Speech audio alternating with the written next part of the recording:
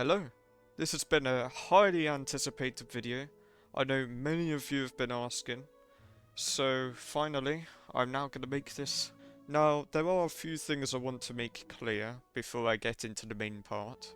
Your final decision on whether you should play this game should not just be from stuff I've said.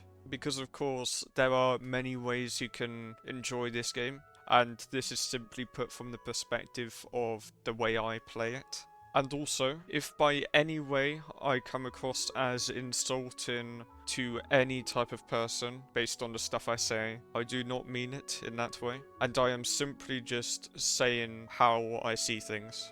So, to start off with, I feel like I should probably give a quick rundown of what the game's actually about. To put it simply, the main focus of Genshin Impact is its story. It's about two siblings who encounter this god, and this god, for reasons we're not really too sure on, stops them from travelling to another world, which is what they normally do. And because of this, of course, the siblings then attack this god, and then from losing, the siblings then get separated, so the god actually takes one of them away. Then the traveller, who is the person you play as, gets their powers sealed, and is then trapped on this world. So naturally, the main part of the game is just trying to explore this world and finding the sibling again, who's presumably also in this world.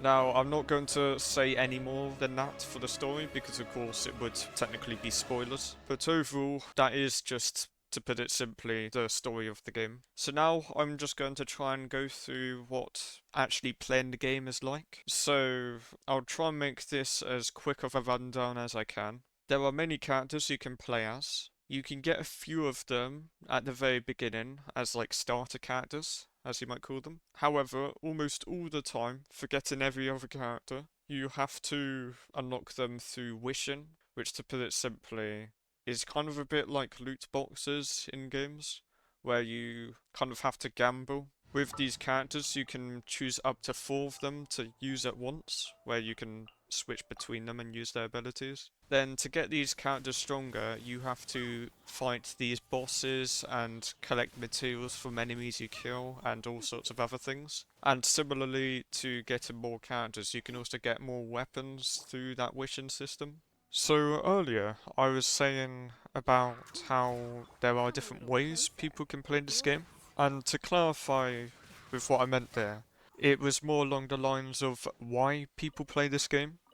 As you can probably guess, some people play this game mainly for the combat. Of course, as I said as well, you can get your characters stronger, and it's not just from leveling them up, but there are more specific ways through things called artifacts, which are basically these accessories you put on your characters that have completely random stats. So some people actually grind this game a lot for the sake of getting the best possible artifacts for their characters and then getting them as strong as possible. Now, for the story, this is where things can be a bit different, of course, because if you're only interested in the story and absolutely nothing else, then in a way, I'm not so sure if it's worth putting in the time to play Genshin Impact, because of course you could literally look up another person's video on quests, or just, of course, the main story.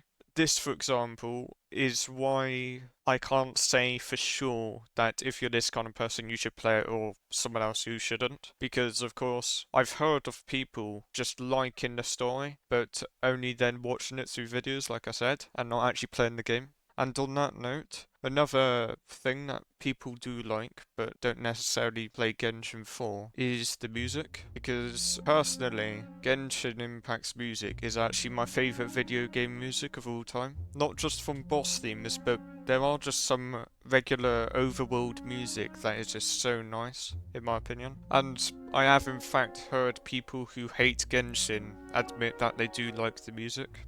Another reason why people play this game, of course, is to collect the characters. Some people do just like collecting things, even if it isn't a video game. Now, of course, one other reason, this is actually part of why I play Genshin over Honkai Star Rail, for example, which is the fact that it's both got that combat, so it's real-time combat rather than turn-based, and it's also open world. Because the whole open world feeling on top of the amazing graphics it has, I really just like it. In fact, for anyone wondering why I even played Genshin Impact in the first place, if I remember correctly, I was bored one time and I was looking up something along the lines of free open world games or something, and that was genuinely on the top of the list. Now, of course, there's only one other reason I can imagine, and that's because you know other people who play Genshin Impact. Because for those who don't know, the game is actually co-op, in the sense that you can play with 3 other people online. You can't go through any of the main story or anything like that. However, you can fight bosses, do world exploration, all of that kind of stuff. If I'm being honest here, it's boring to play co-op. There isn't really too much to it. Generally speaking, co-op is mainly just a feature for people to help you when you're struggling. For what I can think of anyway, that is every possible reason for why you might want to play Genshin Impact. If any of you watching actually play Genshin, and I didn't give any of the reasons you have for playing this game, please feel free to say so in the comments. Seeing as I've just said why you should play Genshin, naturally I'm now going to go into reasons why you might not want to. Do bear in mind, of course, this is all in my opinion. If you play this game, you might not necessarily think the same way I do.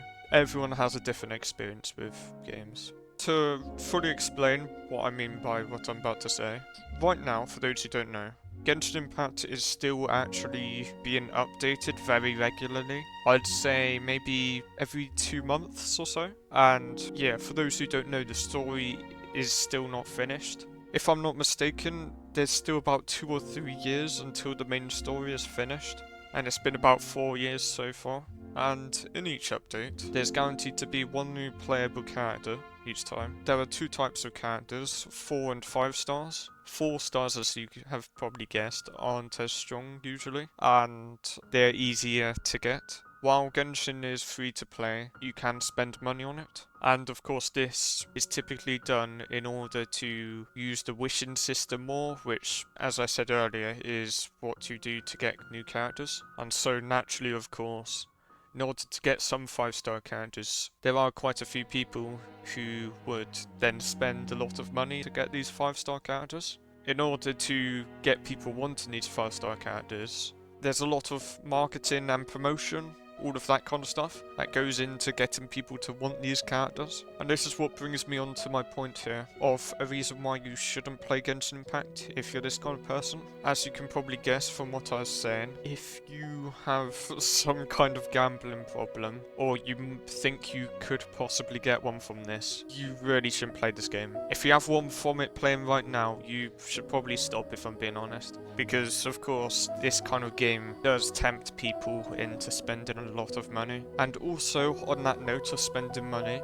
like I said with the whole promotion, marketing, that kind of thing, if you think you're easily swayed into getting certain things, you probably shouldn't get the game either. Because there are some characters especially that are either really strong or have some kind of, personality in the game that people really like them for, or, even their appearance. Most people get characters for those kind of reasons. It can be a problem because you're just going to keep on wanting to get each new character.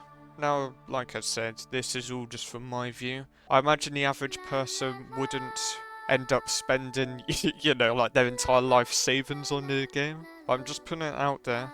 If this worries you in any way that it could happen, you should probably stay clear of this kind of game. And for any game that is like this, in other words known as gacha games. Now that is the main reason why you might not want to play this game. For someone like me, I am actually free to play, for those who don't know, and instead I just enjoy the game with what I have.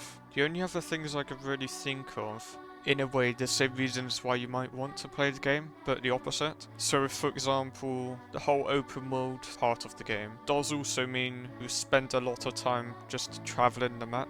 Of course, there are a few other little reasons. Similarly to the whole time issue with Genshin, there is a lot of dialogue.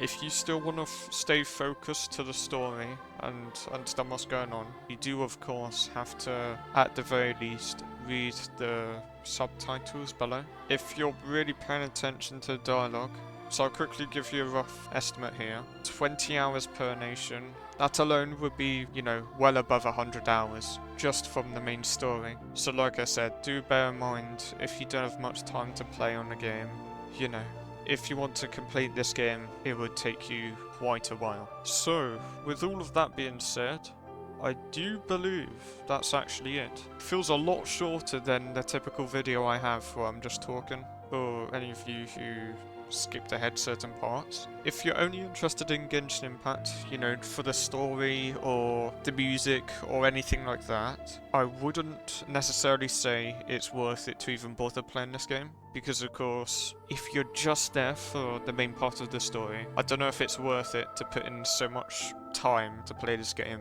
just to watch the story. It'd probably be better off just to watch it on someone else's video of it or something like that. However, if you like open world games, real-time combat, you know, very good graphics, of course you can make them worse if your device can't handle it that well, then I don't see any reason why you wouldn't like this game. I know this was a bit of a different video to usual. Really hope this was useful to anyone who hasn't played this game before. Whether you weren't even thinking about playing this game, or maybe if this made you realise some things about this game, whether it's good or bad. And of course, one thing to bear in mind is that no matter what the game, there are pros and cons of it, always. There's always a game that people won't like for certain reasons, and it's not always the same for everyone.